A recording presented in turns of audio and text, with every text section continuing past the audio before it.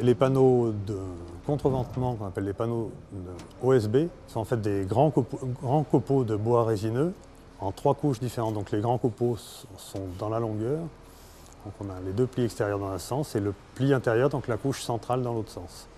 Ce qui fait des panneaux où il y a beaucoup moins de colle que dans les panneaux d'agglomérés traditionnels et qui sont beaucoup plus résistants parce qu'on sert vraiment de la résistance du bois et non pas la résistance de la colle.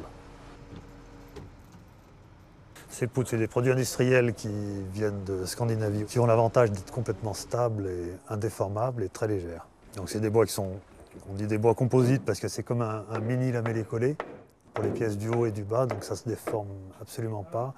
C'est très intéressant en plancher aussi parce que ça ne grince plus, un peu de plancher qui grince. Et ça c'est du Douglas, du Haut-Beaujolais. Donc il y a une couleur un petit peu rose qui est un peu plus jolie en veinage. C'est un résineux qui a été importé de l'Ouest américain et qui est extrêmement résistant et qui a des propriétés de durabilité très intéressantes. C'est un bois qu'on utilise systématiquement en charpente parce qu'il ne nécessite pas de traitement. Mais pour des questions financières, on utilise aussi de l'épicéa qui vient de Scandinavie. Pour les bois de structure, les bois d'ossature, les bois qui composent les murs, parce que les peuplements forestiers qu'il y a en Scandinavie sont des peuplements qui sont beaucoup plus homogènes qu'en France. C'est des gens qui ont une culture du bois industrielle depuis beaucoup plus longtemps, donc chez eux c'est des produits très courants, alors que chez nous on démarre juste ce processus d'industrialisation.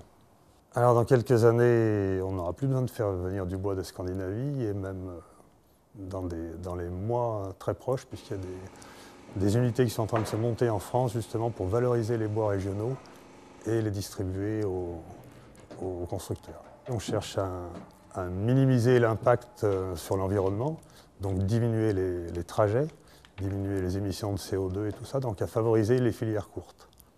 C'est-à-dire qu'on va arriver à se servir de manière industrielle sur des plateformes situées dans le Massif central principalement.